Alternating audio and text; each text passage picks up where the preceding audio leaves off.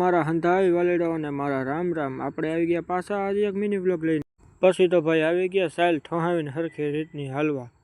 પછી એમ ન કહેતા કે હવે આની પાસે સ્વેટર નથી. પછી તો હાલીને થોડીક વાર રહી ગયા ઊભા. જોઈ લે બાકી હેને આપણા વાળ લાગે ને એકદમ જોરદારના. ડવ શેમ્પુ વાપરું ભાઈ, જેવું તેવું થોડું હાલે. પછી તો થોડીક વાર આરામ કરીને નીકળી ગયા હવના ઘર તરફ. હું તો ભાઈ પાછો આવીને ઘરે સૂઈ ગયો તો. એક તો પાછી આપણી નીંદરે એવી કુંભકરણ જેવી. એટલે પછી તો મમ્મીએ પકડાવી દીધો હાથમાં હાવેણ કરી દીધી મારે લેફ્ટ લાઇટ ચાલુ.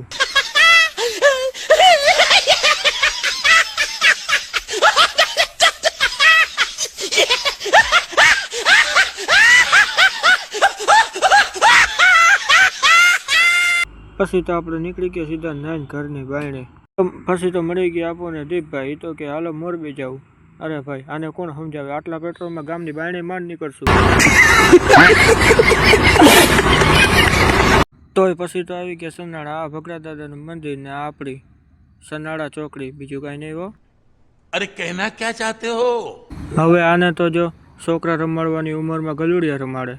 મેં એવું કીધું ત્યાં તો ગલુડિયા અમારાથી આઘા વયા ગયા અને અહીંયા જઈને બગડા સટી બોલાય. પછી તો શું બે ભાઈ નીકળી ગયા મોટરસાઇકલ ઉપાડીને મોરબી સાઈડ રખડવા હતું. પછી તો શું મોરબીથી આવી ગયા રખડીને ગામમાં આવીને હું આવતો રહ્યો અમારા માતાજીના માટે પગે લાગુ. માતાજી મેં કરેલા પાપમાંથી 50% પાપ તો માફ કરશે ને. પછી તો શું પછી નીકળી ગયા ભાઈબંધની ગાડી લઈને ગામમાં કેડિયું મારવા. ને આ તો જો મોબાઈલમાં જોઈને ગાડી અકલે ભાઈ.